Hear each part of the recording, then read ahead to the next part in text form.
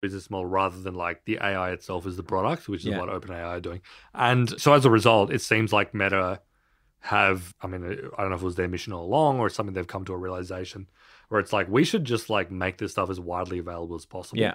In the process, potentially like neutralize OpenAI, because like what value are they even providing if everyone can do this? Exactly. And if everyone has their own LLM. Use our servers, like, you know, whatever, everyone can produce this content. Who cares? Just like get it out as widely and effectively. Let people run it on whatever server they have, whatever computer server, whatever. And that's the threat that there was a thing that leaked like last month or the month before from Google. There was like an internal report that they commissioned about this AI stuff. And it was a bit of a countervailing view to the idea that they should like launch a whole bunch of shit to fight ChatGPT. The author of this internal report was like, OpenAI is not even our threat. No. The big unspoken threat is this open source AI that all these researchers and engineers who are building these open source solutions, that's going to be the foundation of the future, quite possibly. And it's moving so damn fast that we're never going to be able to keep up. Because when we say open source, like we're talking about someone releases a model or someone makes some kind of advancement and then thousands of people grab it, fork it, and make their own variations to it. And of one of those forks, one of them becomes popular and people start working on that and forking that off and blah, blah, blah, blah. Like we're talking about just the people, the way the internet kind of started.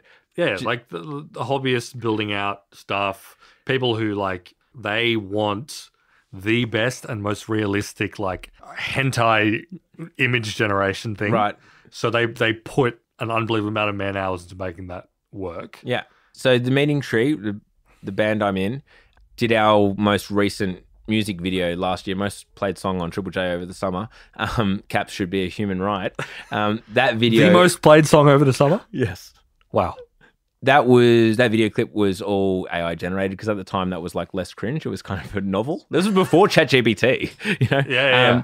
But we did that locally using we literally did it on a graphics cards upstairs on one of the rendering machines at the advertising agency that we work alongside of. Yeah. But you know, that was just like using open source software because they're the only ones I think who offer video. To be honest, I still don't think you can create video using any of the commercial products. No, there's a few that are coming out, but they're still all pretty rudimentary. And like I know Meta has their own text to video models, but they haven't put them out to the public yet. And again, it comes back to this like weird quasi fear / marketing thing where they're like, we can't release this stuff. Yeah. It's too scary. Yeah, we don't want Joe Biden in blackface or whatever exactly. could just start the nukes coming. People are going to use it to generate weird stuff. But it's just like, basically the point of what we're getting at is that like a lot of this stuff on the sidelines is being developed at a rate that is so fast. As the Google guy said in the report, he was like, we can fight OpenAI all day and try to like clone what they're doing, build Bard, include generative AI into like all of our core products, but this open source community populated with like complete obsessed freaks who are trying to like often like instrumentally achieve some specific insane outcome. And businesses that are able to then immediately just build small businesses off it, right? You're able to take an open source license and then just like start charging people $30 a month by slamming a nice UI on it. Yeah, and again, it's like it comes back to like OpenAI, you know, muscularly advancing how GPT works, and every time it's like, ooh, gee whiz.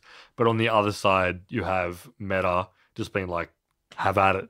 Yeah. Because all we care about is you generating more content to post to Facebook. Yeah. So, with the other big player in the space is Apple and what their strategy is. It's obviously harder to kind of get a gauge of whatever Apple's doing at any one time. You would have thought that one of the biggest companies, if not the biggest company on the planet, depending on the price of oil, basically, would be a little more transparent. However, they have a neural engine on everyone's fucking iPhone right now. It's specifically... Welcome to Down Round, the podcast about tech, business, and culture. I'm your host, James Hennessy, and this is my co-host, Raf Dixon. I hate to do the sales pitch straight out the gate, but this is so important. For just $7 a month, you can get 2 episodes a week of incredible tech analysis. We may not take ourselves too seriously, but the analysis is second to none. You could literally run an investment fund off the advice we give.